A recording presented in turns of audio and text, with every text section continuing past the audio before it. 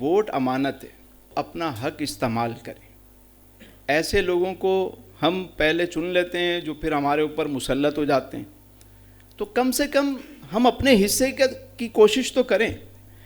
ایک بات کا یقین آپ ضرور رکھیں، جتنے صاحبان حال ہیں اس وقت سب کی یہی آواز ہے، اور اس بات پہ یقین رکھیے گا، ہم نے جتنا گرنا تھا نا گر چکے ہیں، جتنا نیچے جانا تھا جا چکے ہیں۔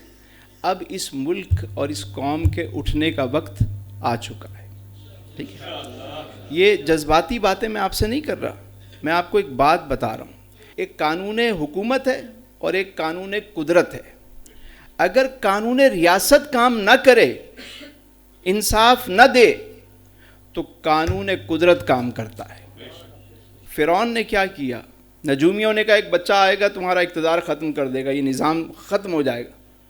کہا ہر بچے کو قتل کرو، قتل کرو، قتل کرنا شروع، پورا سال قتل کرتا رہا، لیکن جس نے آنا تھا وہ آیا۔ موسیٰ علیہ السلام فرعون کے گھر میں آپ نے پرورش پائی، ایک دن نہیں، 3 دن نہیں، 30 سال آپ وہاں رہے، اور پھر آپ ہی کے ذریعے سے فرعون جو ہے وہ دریائے نیل میں غرق ہوا۔ موسیٰ علیہ السلام کے دور میں نا ایک اور شخص بھی تھا، اس کا نام تھا قارون۔ اس کے پاس بہت مال تھا، خزانہ تھا، اور وہ فرعون کے دربار میں مشیر تھا، وہاں پہ بھی اس کا عہدہ تھا، بڑا مال بنایا اس نے۔ اقتدار سے تو مال بنتا ہے نا۔ موسیٰ علیہ السلام تشریف لائے، آپ نے فرمایا کہ بھائی اللہ کی راہ میں مال خرچ کرو، زکوٰۃ دو۔ ہم لوگ کتنی زکوٰۃ دیتے ہیں؟ 2.5%۔ بنی اسرائیل پہ 10% زکوٰۃ تھی، زکوٰۃ دو۔ اچھا، قارون کا جو خزانہ تھا وہ 40 افراد کا قافلہ جو ہے، جماعت جو ہے، وہ اس کی چابیاں لے کر چلتی تھی۔ خزانہ کتنا ہوگا؟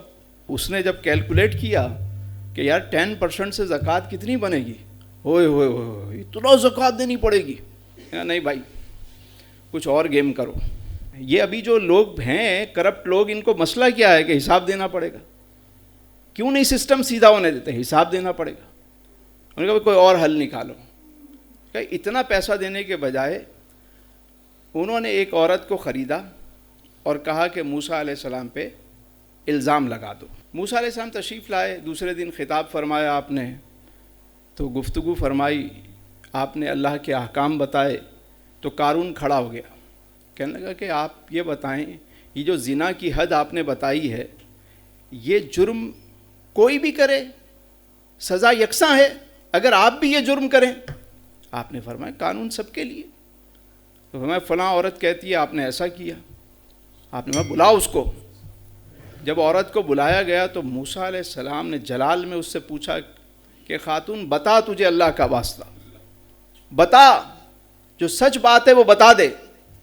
اس نے جب جلال موسوی دیکھا، اللہ کے پیغمبر کا چہرہ دیکھا، تو وہ ڈر گئی۔ اس نے کہا انہوں نے پیسے دیے تھے اور الزام لگوایا تھا۔ تو اس کا مطلب یہ ہوا کہ جب نظام گرنے والا ہوتا ہے، غرق ہونے والا ہوتا ہے، تو اس سے پہلے الزامات کی بھی بوچھاڑ ہوتی ہے، عورتوں کو لا کے بھی بٹھایا جاتا ہے۔ بات سمجھ میں آ رہی ہے؟ آخری حدوں تک گر جاتے ہیں لوگ۔ اور پھر کیا ہوا؟ پھر یہ ہوا کہ سیدنا موسیٰ علیہ السلام نے جب یہ بات سنی تو آپ سجدے میں گر گئے، اللہ سے دعا کی۔ اللہ نے فرمایا موسیٰ ہم نے زمین کو تمہارے لیے مسخر کر دیا، حکم دو، تمہاری بات مانے گی۔ آپ نے فرمایا کہ قارون کو غرق کر دو۔ قارون زمین میں دھسنا شروع ہو گیا، پہلے گھٹنوں تک، پھر کندھوں تک، اور پھر اینڈ۔ پھر آپ نے فرمایا کہ لوگ یہ نہ سوچیں کہ اس کا خزانہ مجھے چاہیے تھا تو میں نے اس کے لیے یہ دعا کی۔ آپ نے فرمایا اس کا خزانہ بھی غرق ہو جائے گا۔ تو قارون اپنے خزانے سمیت، یہ نظام قدرت ہے، یاد رکھیے گا۔ یہ سب غرق ہونے والے ہیں جنہوں نے اس ملک کے ساتھ ظلم کیا، زیادتیاں کیں۔